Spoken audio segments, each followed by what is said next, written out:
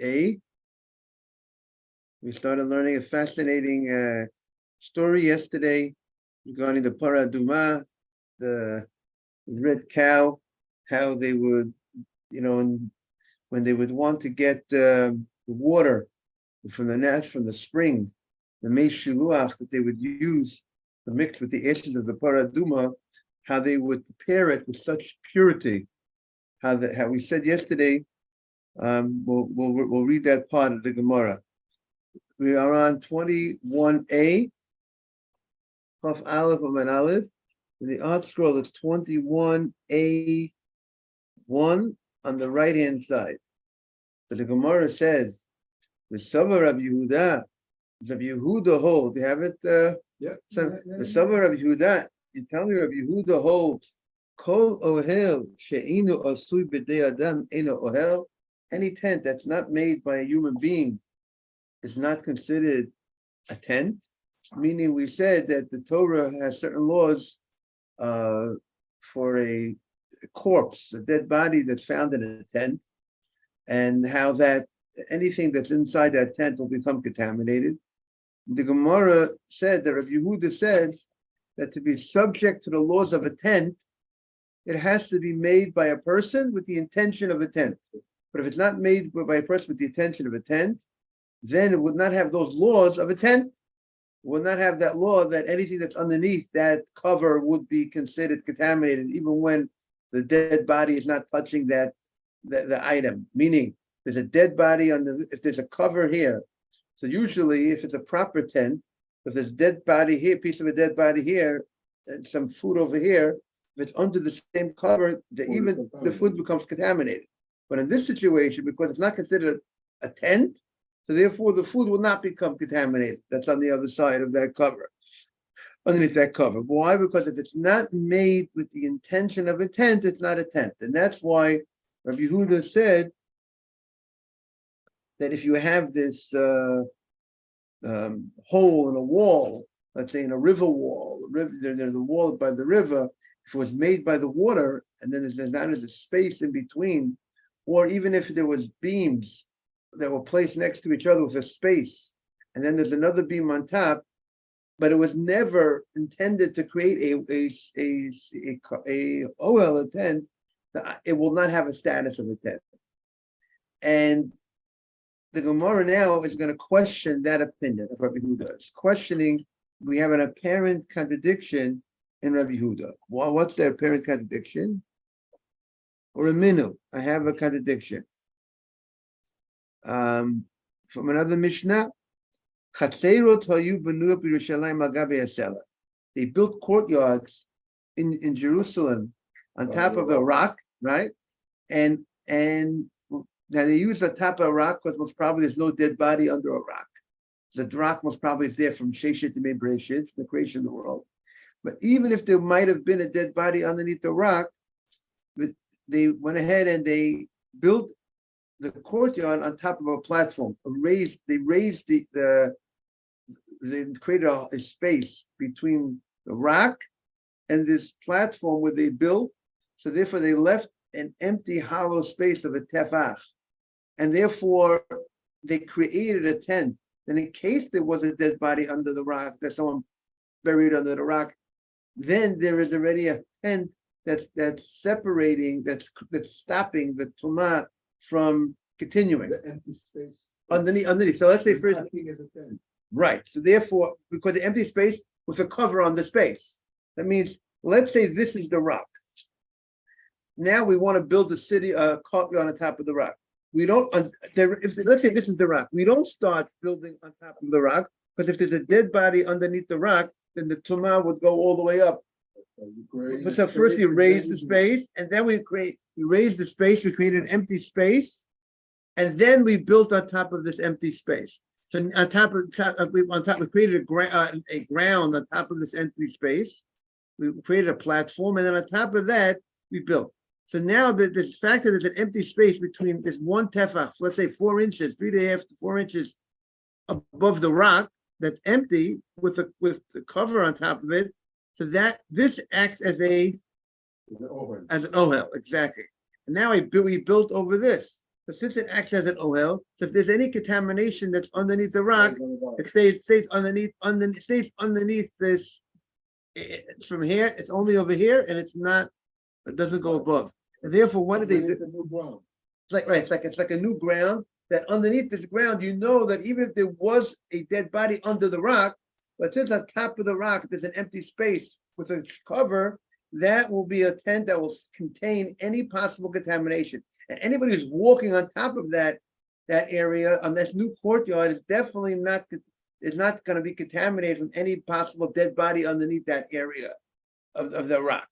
So they built these courtyards al gabe sela on top of a rock, and underneath this courtyard there was an empty space between the courtyard and the rock. Maybe there's a kever, a deep burial, something that's underneath there, in order to protect any from that possible contamination. And they would bring women that were pregnant, and they would give birth over there. They would bring up their children there for the purpose of para aduma. And Rashi points out that even though the children would become contaminated, when a mother's a nidah, the mother gives birth, the mother is tameh. But the only thing they were concerned, Tosfos says, to protect the children were from becoming contaminated through a dead body. That level of tumah they wanted to protect, because that requires the ashes of the paraduma. And also, they also wanted to protect from any of the child's own becoming contaminated through his own self. Let's say if he has a discharge, that could contaminate him. So we only use children that are up to 7 or 8, because 7 or 8, they don't have discharges. They're not capable of having relations. They're not capable of having discharges until they're 9 years old. Therefore, the children that were able to, because once they have a discharge, they become contaminated. So therefore, the children that were used in this process were under 9 years old. And they grew their children for paraduma, umeviin shvarim, and they brought oxen. You want to send to the group? You're on the WhatsApp? You're on the group? Are you on the group chat, Simon? No, not on the group chat of the class. So maybe you'll try to get added to it. So and for the future, so you can always send a text to the group. You know what I mean? Okay. I don't have the group. Okay. Add you. So we have to ask them what. Mavi and Shvarim, and they would bring oxen, big ox, Malgabeim dalsot, and they would put doors on top of the backs of the ox, and the door would go like this. Let's say this was the ox, so they would put a door on top of the ox, and the child would be sit on top of the door. So he's definitely, so even if any part of his body is going outside the ox, because we want to make sure that the kid, when he's traveling to get the water from the spring that's going to be used to mix with the ashes of the paraduma, we don't want the kid to become contaminated. So how do we ensure that the kid doesn't come to? Maybe when they're traveling, maybe they're going over a cemetery, maybe they're going over a dead body. So, but the fact that he's on this ox, and on top of the ox is this door, and he's sitting on top of the door acts as an OL, as a tent. If there's any dead body underneath, the door will stop, contain it, and therefore will not, the contamination will not go above the door. So they would go ahead and they would travel with the child at the top of the ox, which he was on top of the door, and the child will be sitting on top of the door. Because shall even be a day, and they had cups that they're going to use to fill up the water made out of stone. So stone will not be able to mikabel tumah. It's not a stone cup, even though it's a container, cannot receive contamination because they're not from the materials that the Torah says that could receive contamination. Like earthenware material receives contamination, metal receives contamination, and since the children themselves were not contaminated. So why do we need to use cups that don't have the ability to receive contamination? Even if you would use a metal cup, but the kids aren't contaminated, so they won't contaminate the metal cup. Or if they use an earthenware cup, even if it's capable of receiving contamination, but where is it receiving the contamination from? The child himself is not contaminated. We said he grew up in, so he sits at the door. So he's not contaminated. So why can't he use a cup that has the ability to receive contamination? So therefore, this is also, Rashi says, this is an illustration of an extra stringency that the rabbis did in the processing of the water for the paraduma, because as we explained yesterday, because the rabbis made a leniency that they made the person, the Kohen, who was processing the paraduma before he burns it, they would make him contaminated and they would send him to the mikveh. And the purpose of it, and he's called a tful yom, and he did not yet wait till once it becomes dark, then everything is removed, the contamination is removed. Morning, Adam. But they wanted to do that to show we don't follow the Tzaddukim. Right.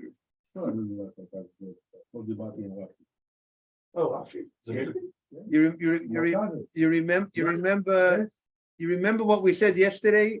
We said yesterday that he's related to his cousin to everybody also. We said yesterday that the way they processed the paraduma, the rabbis are very concerned that people should not come to follow the Tzaddukim. Tzaddukim were a group of Jews that only believed in the written law, not the oral law. So they wanted to show that we don't follow them. So they did a leniency. They actually intentionally made the Kohen become contaminated by a contamination that's a one-day contamination, which let's say a dead animal that wasn't slaughtered they would make him contact that dead animal, and he will only become totally pure at night when it gets dark. It's called a tful yom. But the question is, once he got contaminated and he went to the mikveh before night, is he allowed to be involved in processing the paraduma? The answer is yes. And the Tzaddukim said no. In order to show we don't hold out the Tzaddukim, they would actually contaminate the Kohen, a small level contamination, then send it to the mikveh, and then he would process the paraduma. But once they were lenient in one aspect, they didn't want people to become lenient in all aspects of the paraduma. And people might get carried away, say we don't have to be so careful about paraduma, which no, there are many laws they have to be careful about paraduma, certain laws of contamination. Therefore, they went the other end, and they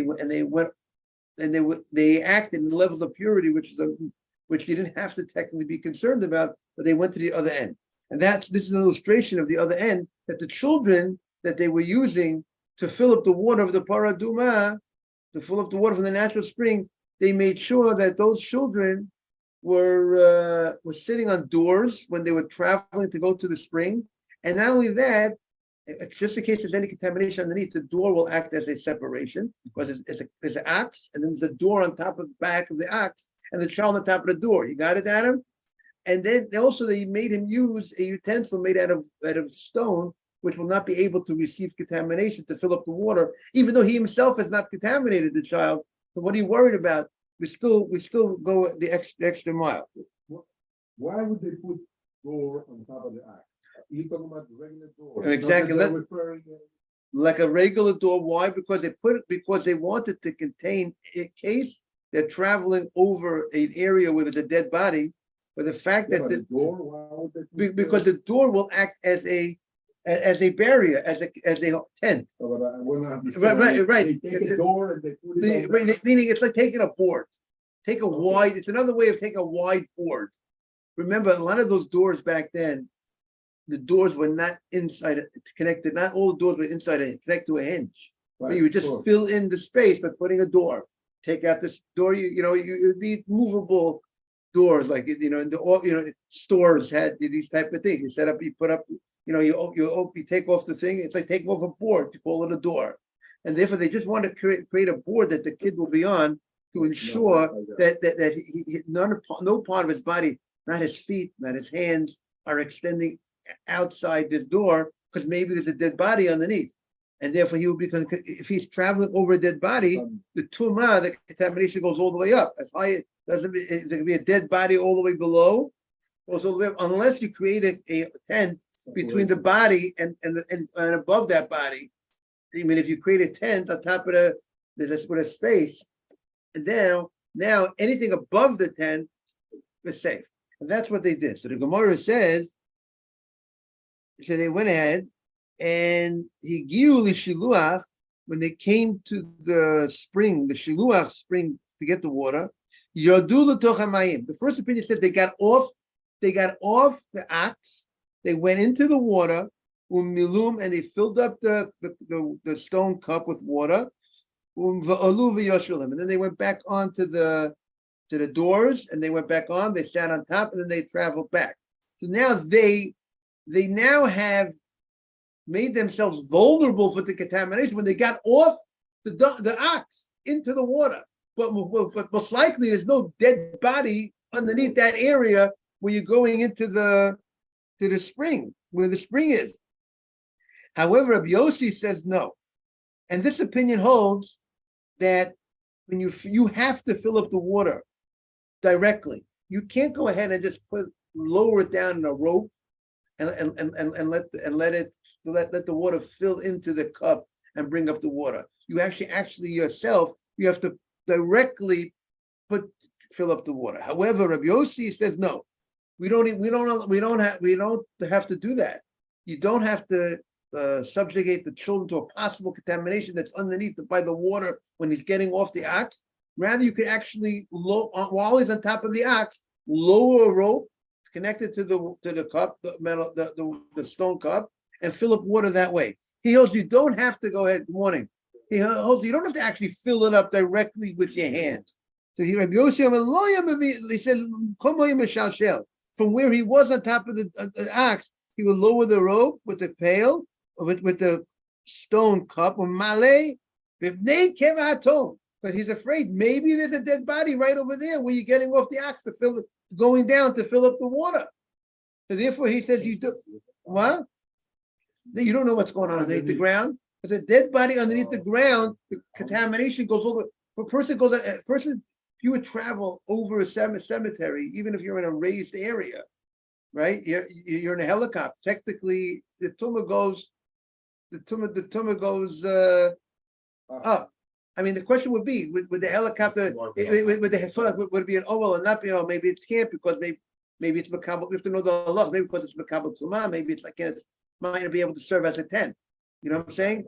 But if let's say you be walking across a rope, that's let's say the tightrope people, and you're walking. There's a cemetery, and then you guys walking on a tightrope, which is definitely not an OL. It's not wide enough to be has to be tefach wide. And you're walking on that tightrope, you could be 1,000 feet up in the air. You become contaminated if you go over a cemetery. Don't they have the cemetery? Yeah, but it's true. But the mark could have been the mark. You're right. We do with the special halachas that we're supposed to mark graves, so the kohanim have to be careful and so on. Right, but it could be throughout. Not always the marks are there. The marks get moved away, and people, who knows what people do? People build up. Not being allowed to do such a thing. Well, people, you don't know what people put on top of things. Wars and so many things have happened in there. It's Israel and Jerusalem. So, who knows? Slayers, who knows? So the Gemara says,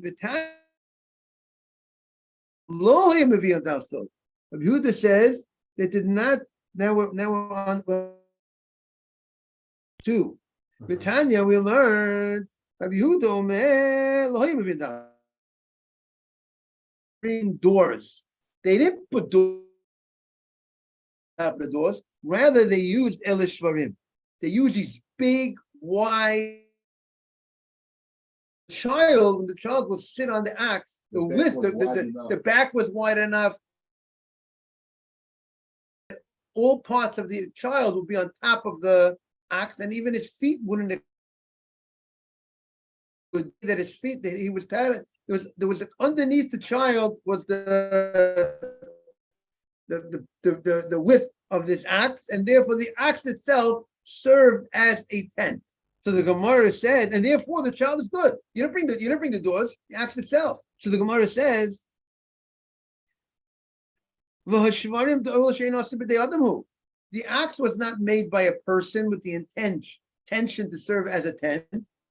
And yet, Rabbi Yehuda says you brought ox. So we see even something that's not made with the intention of a tent can be a tent. The ox was not made, the stomach of the ox wasn't made for intention of a tent. It could still be a tent. So when something is formed like by the water, a tent that's formed throughout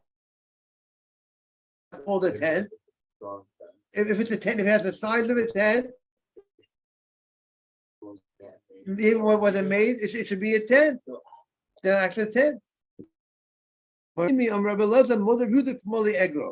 Because since this stomach is so wide, so if it's so wide, he agrees it will be a tent. If it's not man-made, if it's not man-made with the intention of a tent, it's small, just a tefa, 3.5 to 4 inches. That's not enough to be a tent. But if it's this is size, it's like the very largest size that he a tent, even though it's not made with the intention of what? Of a tent. And we learned Rabbi Yehuda agrees. When they have these crevices, cracks in the rocks, which is and creates a big, nice, it creates a hole, which is the size of an egg loaf. So it's size of this much big fist, but a fist of a very big person, and therefore that's why he agrees. If it's because it's like we said, if you have this hole in the, in the rock, it creates it's a very big hole. Then he admits that it considered a tent. And we'll continue on Monday on this Gemara. Beautiful Gemara. I like all those Gemaras. Thank you, everybody.